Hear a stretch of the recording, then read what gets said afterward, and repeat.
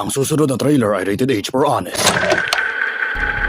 Mula sa direktor na hindi mo pa alam, inihahatid ang parte ng history na hindi mo pa siguro naalam, na walang duda isang magandang pelikula na mas gaganda pa siguro kung napag-aralan natin to sa history class at may mga references na parang fanservice sa MCU. Quezon's GAME. Sa mundo ng Pinoy, puno ng historical films kagaya ng General Luna at Goyo, inihahatid ang mas walang aksyon kesa sa mga nakaraang nabanggit na ngayon lang sinulatan ng Honest Pinoy trailer ng writer dahil napikon siya sa litratong ito. So bumalik tayo sa panahon nila pinangbabayad natin sa pamasahe ng bus kung saan pinatuloy niya ang mga Hudyo makaalis sa kamay ng swastika at manatili sa ating bansa. Kilalanin si Manuel L. Quezon, ang ama ng wikang pambansa na hindi man lang nabanggit dito at kinakailangan talaga nito ng subtitles para sa mga malulutong nilang Ingles. Instead, you should have seen the face of his men when I confronted them about the rumor. The governor and I have sorted it out. The farmers are appeased. And look, I even made it just in time for tonight. There's who can, how shall we say it, boost the economy of a newly formed nation. Isa siyang presidente na nai-stress sa gawaing ipasok ang mga Hudyo sa Pinas habang ang ating bansa ay wala pa sa independensya sa Amerika at sa puntong iyon, ayaw dito ng Amerika sa desisyon. Okay, naligaw ko kaya ata kayo dun. Balik tayo sa parting na-stress. Sa stress, I mean, isa siyang naglalakad na ng hugis bagatsing na tinatanggal ang stress sa paninigarilyo.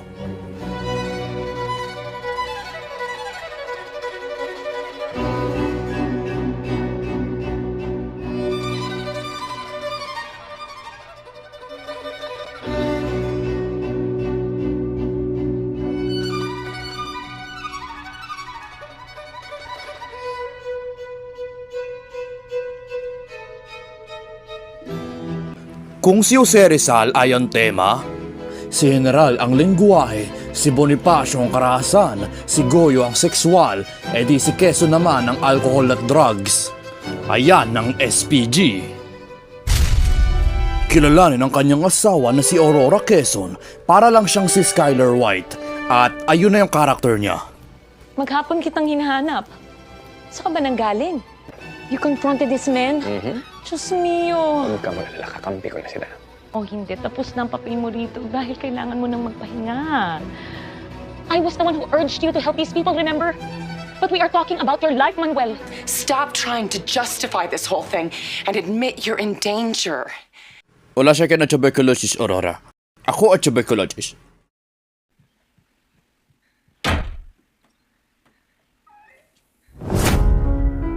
So dumikit sa pelikula na hindi lang nadadala kung bakit ang Pinas ay hindi kailangan ng visa papunta Israel. Ito rin ay may biopic checklist na kailangan i-cross out, kagaya nung laban ni Quezon sa TV. Ang callback sa Hollywood version ng pelikulang ito. Could I have done more? I didn't do enough. You did so much. At ang reaksyon ng kababayan nating Pilipinas sa galawan, never! At least hindi siya revisionist kagaya nung naunang Presidente movie. Pero kung gusto niyo ng revisionist dito, panoorin niyo yung kay director na adik sa paa. They're the foot soldiers of a Jew-hating, mass-murdering maniac, and they need to be destroyed. Starring 20 pesos deepfake, Quezon's Mrs. Hanggang sa naabot ang iyong 20, 50-50 chance na ako ang susunod na presidente. Alex, let's chat about visas. Kiko Matos.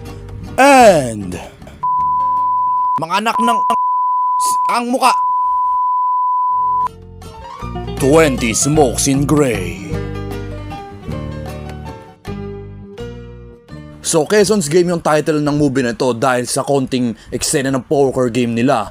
Parang tinitle mo lang yung Black Rider na astig, quote unquote, dahil sobrang wala ng kaastigan yung palabas na yun eh.